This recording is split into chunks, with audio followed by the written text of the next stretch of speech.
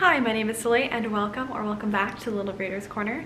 Today I'm talking about the best books of 2021. So I have 5 runners-up and then the top 3 best books of the year. Yes, there are 3. I couldn't decide. They're all different genres, I think. Yes, they are all different genres. So it just had to happen. So without further ado, let's discuss the best books that I read last year. First up, I have You Have a Match by Emma Lord. It was the second Emma Lord book I read. It wasn't the only Emma Lord book that I read last year. And she has amazing writing style. I absolutely love how dynamic her characters are. She paints such a vivid picture of every single person who walks into the page of the book. And it's just so believable how her stories are written, and they're all so interesting. This one in particular was about a girl in high school who was about to start college, and she had just found out that, I believe, she was adopted, or one of her parents isn't her biological parent, something like that. So that's how the book starts off, and she wants to learn more about who she is, and later she finds out she actually has a match for a sibling, and the story goes on about how she connects with that sibling and how things happen. They end up going to a summer camp, and it's a little bit of The Parent Trap mixed with something else. Loved the story. Emma Lord is a phenomenal writer. She's also hilarious on Twitter. Absolutely loved it. Next up, I read If We Were Villains. I read this for Dark Academia Reading Vlog, and I just really enjoyed this. This is just peak Dark Academia. It's fascinating. It's a story about these drama students who are either at a high school or at a college. I never know when I'm talking about this book what level of schooling they're from. I wasn't even sure when I was reading this. I think it says like their 4th years. And I'm like, okay, their 4th and final year, like in what? I don't know. But there's this whole rivalry, and there are these like connections and cliques and tensions between these theater students, and it gets really like tense and dramatic. And then I believe there is a death, and there are perspectives from the past and then the present/future of what happened leading up to that death, and then the after period of like 10 years later of what happened to the people that were blamed and the people that were involved in this murder. It's fascinating. It's both in a slow pace, but it doesn't feel like it. So when things are going and when things are happening, you're just so intrigued and so caught up in everything that it's just very exciting. So yeah, loved this one. Next, I have a contemporary Perfect on Paper. I've talked about this one in quite a few recommendation videos, I think. But basically it has amazing bisexual rep. It's a contemporary romance where this one girl has a like secret locker advice column, kind of, if that makes sense. People can ask for advice by sticking notes into this one unknown locker, and then she retrieves all of them and no one knows that it's actually her, and she responds to people and sends them emails, and basically all like romance and love advice. Even though she's never had any kind of romantic connection with someone, she like reads a lot of romance blogs and other advice columns to kind of get the best romance advice, and honestly she gives good advice. But then at some point I think she meddles in the love life of someone else because it involves someone she's interested in, and then someone else finds out that she's the one writing these things, and then it becomes really messy, and there's this like actual love triangle, like a real love triangle going on, and she becomes best friends with someone, and oh god, it's so well written, and you will read it so quickly. I loved it so much, and the buy rep is so good. Good book. All right, next, Black Sun. This book got me through moving like no other. Like, I usually can't concentrate on fantasy and sci-fi worlds when I'm really involved in something, or I'm really stressed, or I'm like going through something, and then at that point contemporary romances are the only thing that can like actually occupy my brain, and fantasy worlds are just too big and too intricate for me to settle my mind on. This was the exception to that. So I was really looking forward to reading this. I got the audiobook, immediately fell in love with the world. There are 4 perspectives. It is so good. Somewhere I wrote a really, really great like review quote about it. I don't remember where it is, but it's somewhere and it was good. Just know that. Basically, it's about the captain of a ship who is a disgraced teak, which is basically like a kind of mer person. Then there's also a blind and cloaked passenger who is cloaked in destiny. And there are two other characters. There's a priestess and someone else. The whole civilization in this book is based off of like pre-Columbian America, which is really interesting. And there are all these cities that you get to see through the, I think 4, maybe 3 perspectives throughout this. And each of the characters is an entirely different situation. So one of the main characters, he was scarred and blind at birth, which I will say, there is really bad trigger warning for Igor in, I think, like one of the first couple chapters, which I had to turn the audiobook off because I cannot do that at all, like that, nope. So if anything like that, just, you will notice when it's about to happen, just skip right through it. Like you don't need that. Like it's fine. You will understand the rest of the story just fine if you just skip right over that. But that you should know. And all of the stories, when they kind of like interconnect and you start seeing like the past and these prophecies connect with the present and what's going on with these characters, like it's so good. Oh, and like there's the child of a sun god, I think, or crow god in this. Just phenomenal. So good.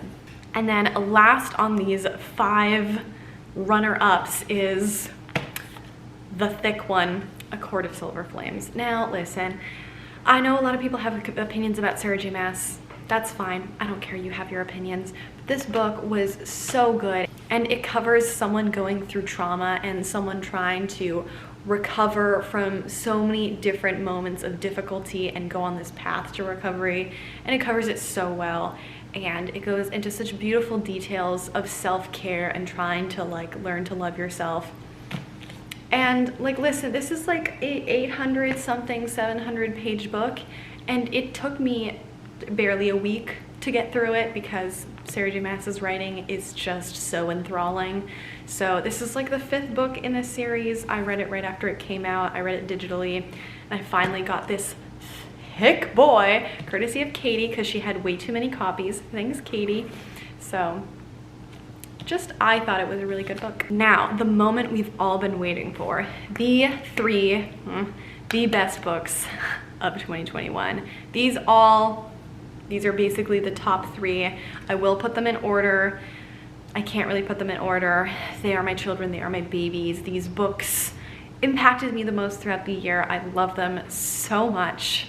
Let's talk about them. First, we have a book that actually just came out, and it didn't come out in 2021, but I did read it in 2021. So do with that what you will, but I got access to the ARC. I freaked out. I was so excited, read it immediately. It was amazing. I didn't think it wouldn't be amazing, but it was fantastic. I read it in only a couple of days, and that was When You Get a Chance by Emma Lord. This is one of my favorite books of all time. It's so freaking good. I talked about Emma Lord earlier. She also wrote You Have a Match. And this one is about a young woman who wants to star on Broadway. She loves musicals, she loves plays, she also loves Mamma Mia. And at some point she's trying to figure out who her mother is. And it takes on kind of the same thrill as Mamma Mia, where she figures out by reading these live journals from her dad from like the early 2000s or late 90s. And she figures out that it could be one of these 3 women. So she tracks down where these 3 women are, and she's trying to kind of like connect with them and get closer with them to figure out if she has something in common with them and if they could be her mom. While she's also doing this, she's also working at this talent agency, I think, where the main boss works with Broadway stars, so she gets a lot of cool opportunities through that, and she's also working against her rival there. And as I said before, Emma Lord is just amazing at characters. This story was beautiful. It had so many wonderful twists and surprises, and the characters were so dynamic and wonderful. It's just such a good book. I read it so quickly. It's amazing. I highly recommend it. Look at how beautiful it is. Like, come on. It just came out too. It just came out. Like, it's so good. So good. Next up is another book that also comes with a caveat, and that is The Anthropocene Reviewed. I already read basically most of this before I read the book, because if you didn't know, The Anthropocene Reviewed is actually, the book is based off of the podcast, The Anthropocene Reviewed, so most of these are actually transcriptions that, you know, he updated a little bit, John Green, he updated a little bit for the book, and he also added some additional ones. So most of these, when I was reading this, and I also got the audiobook because it's my favorite thing of all time, it's fine, don't worry about it, it's fine. Most of these I'd already listened to as a podcast, and I knew once the book came out that it was going to be my favorite, because those podcasts that came out every month are just one of my favorite things of all time. They are basically stories centered on the human planet, and they are told through a 5-star scale review system where John Green does all this research and looks into specific things, sometimes random things, because they were suggested by podcast listeners, which is just one of my favorite parts of this book. And he researches them for basically, he did it for the whole month, and he compiles that information with his own personal memoir and writing to create this story, this piece of work, this piece of art, and then reviews them at the end. And it's just, like there's a story about the Hawaiian o'o, which went extinct on Kauai a while ago, or was it Molokai? It's one of those. And about the last scientists that listened to the last o'o bird, and when they played, I get emotional talking about this, like it's fine.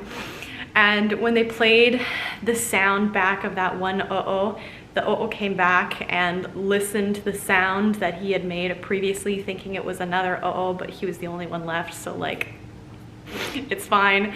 Also, the Auld Lang Syne episode is my favorite one of all time. I listen to it every New Year's. I've listened to it for 3 years now, I think, because I think it came out at the end of, like, going into 2020, right? Yes, it did. So I've listened to it for 3 New Years in a row, and it's a very special tradition of mine. So I've talked about this book enough, but I love it very much, and I re-listen to the podcast episodes and the audiobook ones very frequently, so yay. But let's talk about the #1 book of the year, which, you know, those are also the #1 books, but if you needed me to end on the last one, the top one, it would be this one, and that is The Future of Another Timeline by Annie Newitz. This book is phenomenal. It is actually like my favorite book of all time. It's bonkers how good this is. So this is really hard to describe. It basically kind of rewrites our entire history of our timeline, because it imagines that there are these kind of like time caves where you go into, and if you like have the clearance, you can go back in time and you can be a participant in history. So there are certain people who travel back to observe history, but there are also people who go back to try to change history and rewrite the future. So there are two kind of major groups that are doing that. There is this one enemy evil group that is going back and is trying to change the timeline for worse, trying to take away trans rights and women's rights and change all of these pivotal moments throughout history. And then this other more like feminism oriented group is going back and trying to stop them and make sure that they aren't taking away people's rights in the present day. So while they're doing this, people are kind of disappearing from their group because they are no longer in existence, and the main characters are trying to make sure that that doesn't happen. And there are so many layers to this. There are two perspectives when it starts out, and you kind of figure out who these people are as it goes along. So you see as one timeline is kind of affected and changed, and it's impacted by these people. It's amazing. If you're looking at reading it though, there are quite a few content warnings. There is discussion of suicide and suicidal ideation at one point.